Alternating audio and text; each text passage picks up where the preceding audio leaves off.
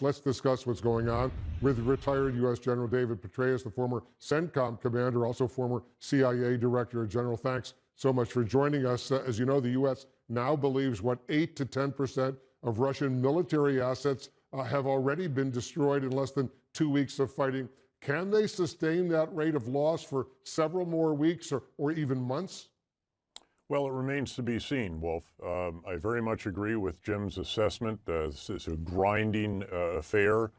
Also, the assessment by retired General Anderson that, again, it's a race between our efforts to supply the Ukrainians and the Russian efforts to actually resupply their forces. Their logistics have been woefully inadequate so far, and to get set so they can finally launch what they believe will be the main effort attack on Kyiv. Of course, they want to replace the Zelensky government with one that is pro-Russian.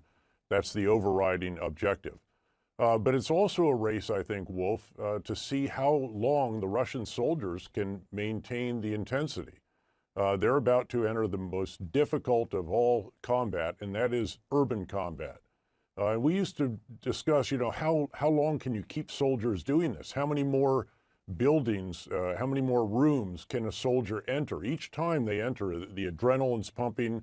It's a very grinding, draining experience.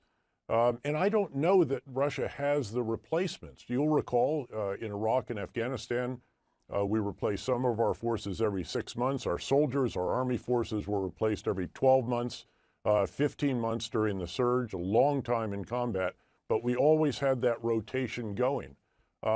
I'm not confident that Russia can replace the forces that it's losing, much less the entire complement of the forces when they're spent, when they culminate. And again, this is not just physical, and it is grinding physically, again, urban combat, but it's also the mental toll that urban combat takes on those who are the boots on the ground. And when you strip away all the other systems and logistics and tanks and artillery and so forth, this really comes down to infantry on the ground who are going to have to go in after Russia has pummeled, in some cases rubbled, areas of the city and clear those.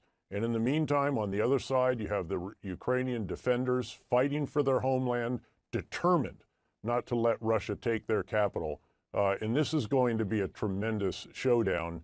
And I'm not convinced that Russia can just crush Ukraine the way that many observers perhaps thought before we saw how woeful some aspects of Russian tactics, logistics, and even campaign design have been.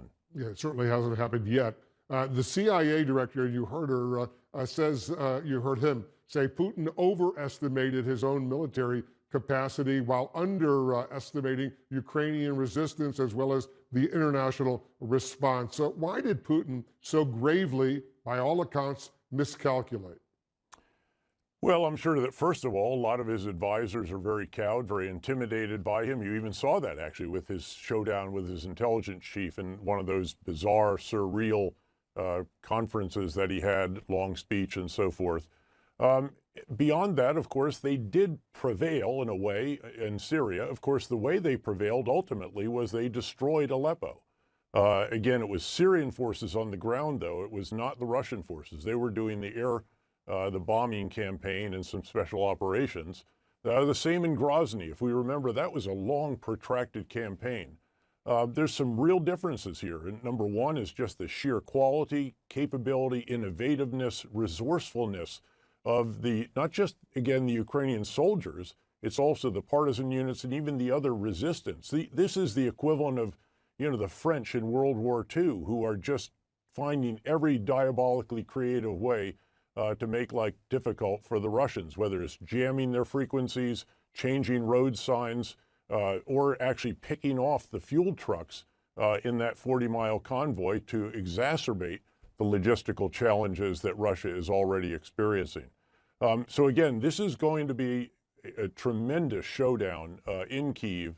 And again, I don't know how long the Russian soldiers can keep at this. If you think of the losses, I mean, they're approaching again, the very high estimate there is starting to approach what we lost in 20 years of combat in Iraq. And I remember how difficult some of those weeks and months were, I can't imagine what the strain must be on the tactical level. Commanders, those above them, and of course they've even lost some multi-star generals, another one of them just in recent 24 hours or so. Yeah, it's not going well for them. We'll see how desperate Putin becomes. General David Petraeus, as usual, thank you so much for your analysis. We appreciate it.